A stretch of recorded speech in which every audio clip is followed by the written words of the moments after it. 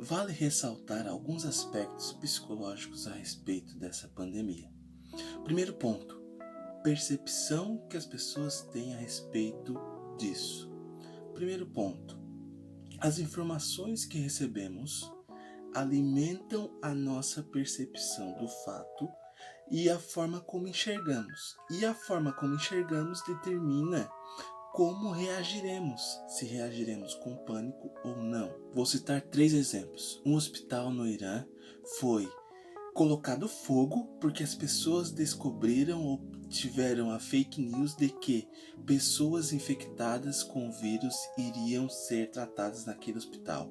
Segundo fato, pessoas ainda no Irã descobriram ou tiveram a fake news de que o álcool curava da infecção. E mesmo o álcool sendo proibido no país, muitas pessoas tiveram ingestão, intoxicação do álcool que era proibido. E um terceiro fato, que é mais próximo de nós, a cerveja Corona foi diminuída a sua consumação das pessoas por conta de ter uma certa ligação com o vírus. Percebe como a qualidade das informações que a gente recebe a respeito dessa pandemia, mesmo ela tendo um poder letal fraco de 2%, nós transformamos ela num gigante. Mas Thiago, olha só, estão colocando as pessoas em isolamento, em quarentena, estão cancelando os eventos. Olha só o quanto de medidas mundiais estão sendo feitas e você está dizendo que não é gigante? Não, não é isso que eu quero dizer. Realmente a pandemia tem o seu poder letal, mas é de 2%. Segundo o psiquiatra, o Alexandre Valverde, ele diz o seguinte, que as pessoas que chegam a serem diagnosticadas e chegam a ser tratadas, 2% delas ocorre, né, a morte. Mas, se a gente for ver de toda essa população, de 100 pessoas, 2 infectam, e sendo que na maioria dos casos as pessoas são infectadas e não chegam ao posto de saúde, então essas duas pessoas de 100 tornariam duas pessoas em 1000 pessoas. Entende como essa letalidade ainda é fraquíssima? Esse monstro não é tão grande quanto a gente faz. A quarentena, o cancelamento de eventos, o isolamento são formas de tratamento, como uma diabetes, como um câncer, como qualquer outra doença. A diferença é a forma como percebemos esse tratamento. Vamos para o segundo ponto, é o humano diante do isolamento. Olha só, na Itália, a maior parte dos casos aconteceram na zona norte da Itália. E aí o governo criou um plano de isolar a zona norte. Só que as pessoas ficaram sabendo desse plano. E o que elas fizeram?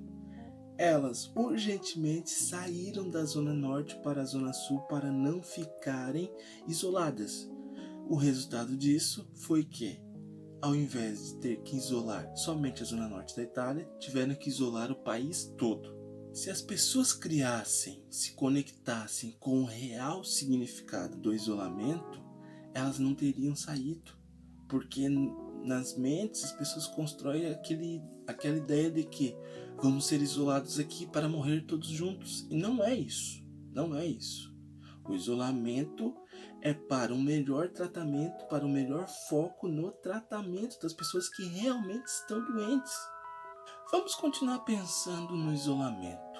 O que de verdade estaria significando esse isolamento? Possíveis possibilidades de significações de isolamento para essas pessoas, né?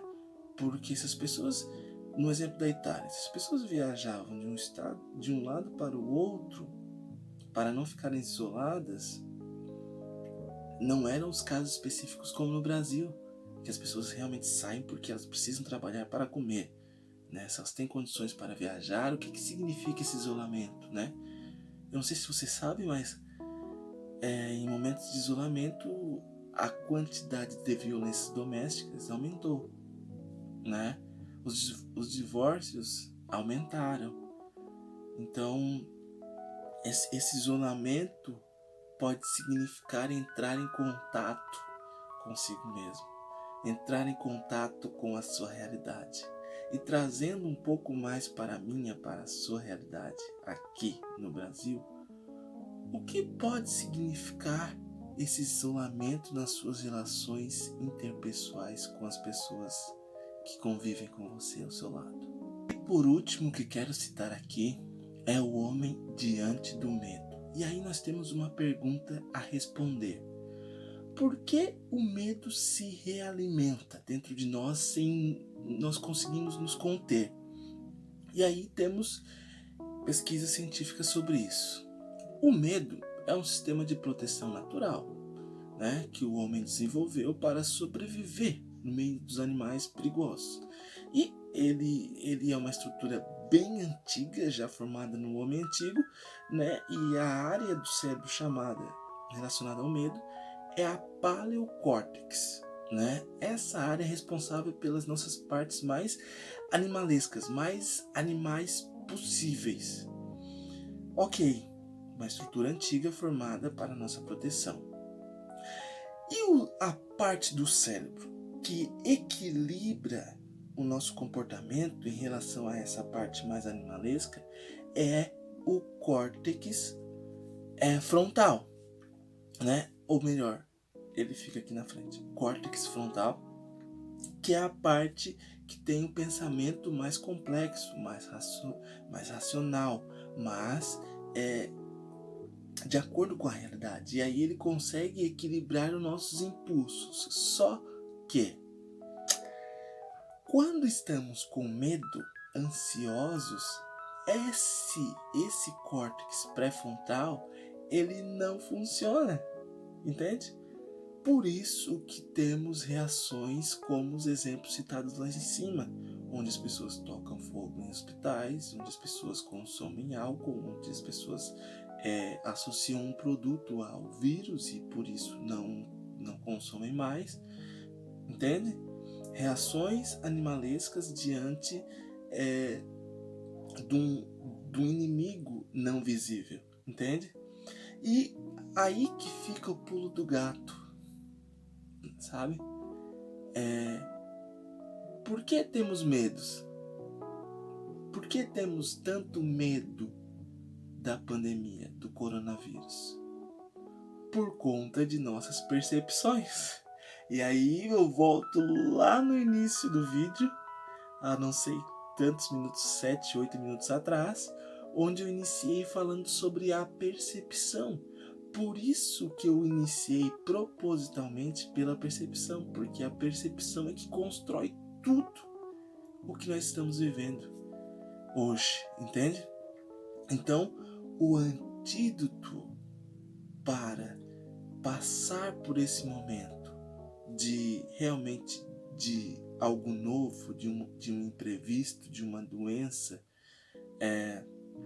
não esperada, é nos conscientizarmos do real sentido do tratamento, que é isolamento, cancelamento dos eventos, higiene, e é isso. Se a gente se conscientizar do verdadeiro sentido desse tratamento e não nos alimentarmos de informações falsas que transformem essa pandemia em um monstro de 7 cabeças, passaremos por esse momento difícil de uma forma mais saudável e mais equilibrada de acordo com a realidade, e não daremos espaço ao medo, à ansiedade que nos impedem de agir de uma forma inteligente e saudável diante das dificuldades, ok?